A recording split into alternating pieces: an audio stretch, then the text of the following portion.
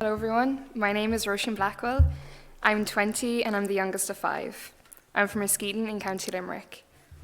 I grew up in a very loving Catholic family. We went to Mass every Sunday and said the family rosary most days. I didn't go to Mass or pray the rosary because I really wanted to, but because it seemed like the right thing to do, and everyone else at the time also did it. When I was in second class, at 8 years old, I made my first Holy Communion. I had always waited for the day that I could receive Jesus, and I couldn't believe that it had finally arrived. Thanks to my mum, I had a fairly good understanding of what the day was about. When it came to receiving for the first time, I got this beautiful image. It was of a heart that was like the Sacred Heart with thorns in it, but it was filled with the most beautiful flowers, and it was pure white. And I knew that it was what my heart looked like and would look like every single time I received Jesus in the Eucharist. This was an image that has stuck with me to this day and has helped me through difficulties that have happened in my life. My fate remained largely the same as I grew up. However, as I went through primary and secondary school, I encountered different experiences that ended up in me distancing myself from God and having quite a superficial faith instead of the personal relationship I once had. I was quite timid as a child, and as a result in primary school, I experienced both physical and verbal bullying. I was constantly picked on, and I remember one time when we were outside for lunch, and the ball from the soccer game got kicked over into the alleyway, and so I went to go get it, but the guy who bullied me followed me down and ended up spraining my hand as he stood on it with such force and then grabbed the ball and left.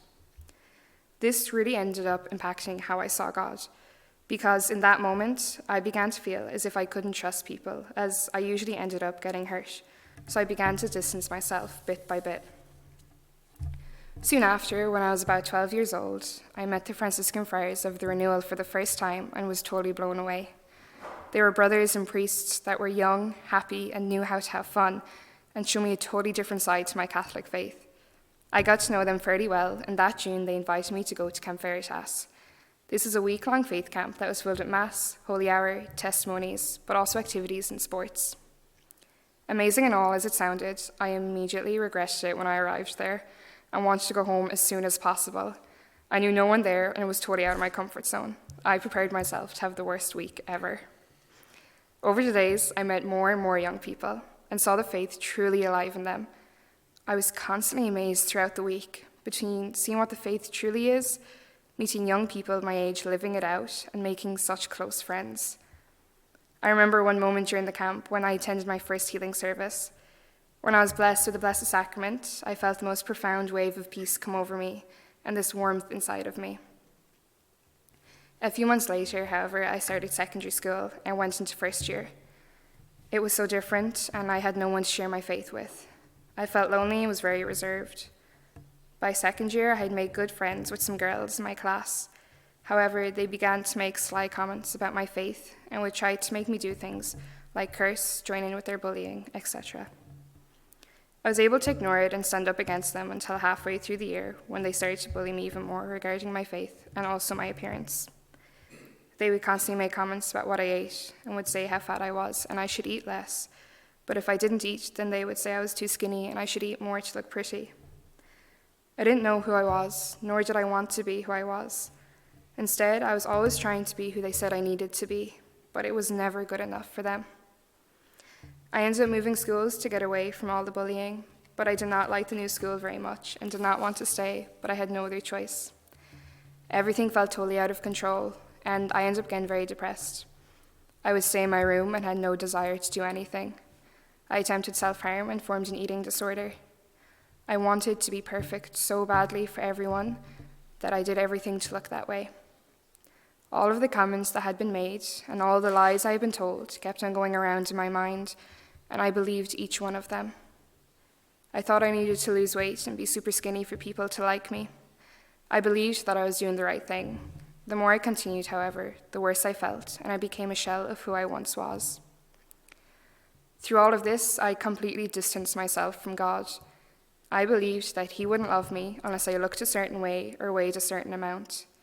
I knew He loved everyone, but when it came to me, I convinced myself that I needed to be perfect in order to be loved by Him. As time went on, I continued to go to Camp Veritas, U2000, and other Catholic youth retreats. I didn't really go because of my faith or God, but more so just to see my friends and pretend that everything was okay. Everyone always saw me as a super happy Catholic girl because I had a constant mask up and seemed super joyful. They would always ask how I was so joyful, and I never knew what to say to them because I felt so broken and lost inside. I knew I was searching for God and wanted to be loved by him, but I couldn't bring myself to allow him in. By the time I got to 5th year when I was 17, I hit my lowest point and was so lost. I knew I had to change, but I was terrified because how could people like me if I was just me? I couldn't see any purpose or worth in my life, and I just wanted to give up. As I said at the beginning of my testimony, I'm the youngest of 5, but I'm actually the youngest of 6. My eldest sister Claire unfortunately passed away at the age of 4 from a rare form of leukemia before I was born.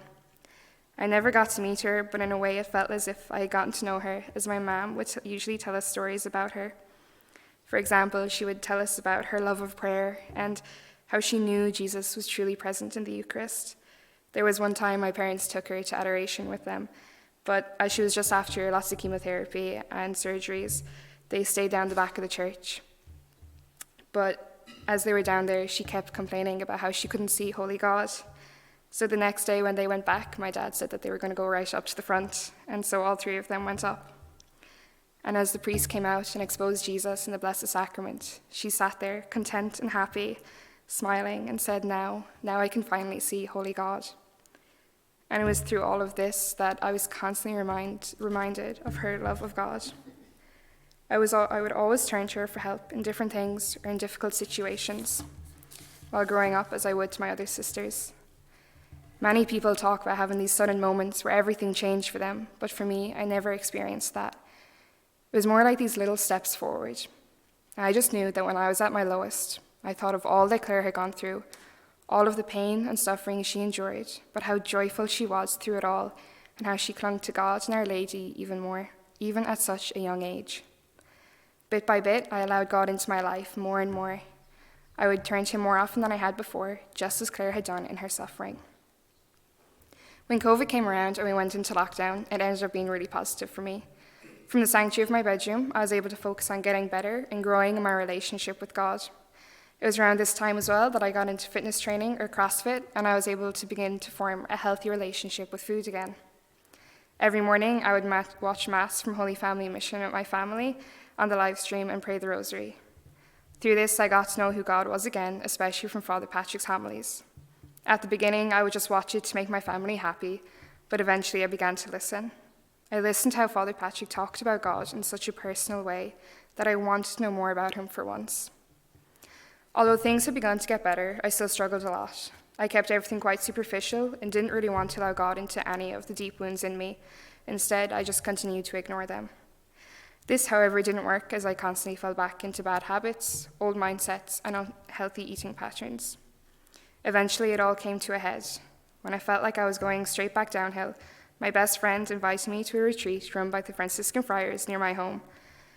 I didn't have much expectations for it, but I knew many people going, so I decided to go along also. Little did I know just how much the Lord had in store for me that weekend. We began the retreat with some prayer, a talk, and then confessions, so that we would be able to enter into the weekend as much as possible. As I waited for my turn for confession, I knew deep within me that the Lord wanted me to let go of all the hurts and wounds I'd been holding on to. I remember as I entered the room, I just wanted to run out again.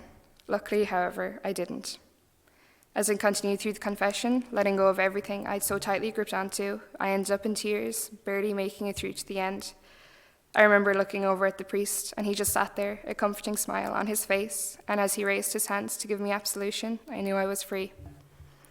That weekend, I ended up rediscovering the faith I once had as a child, but now I was beginning to understand it as a young adult.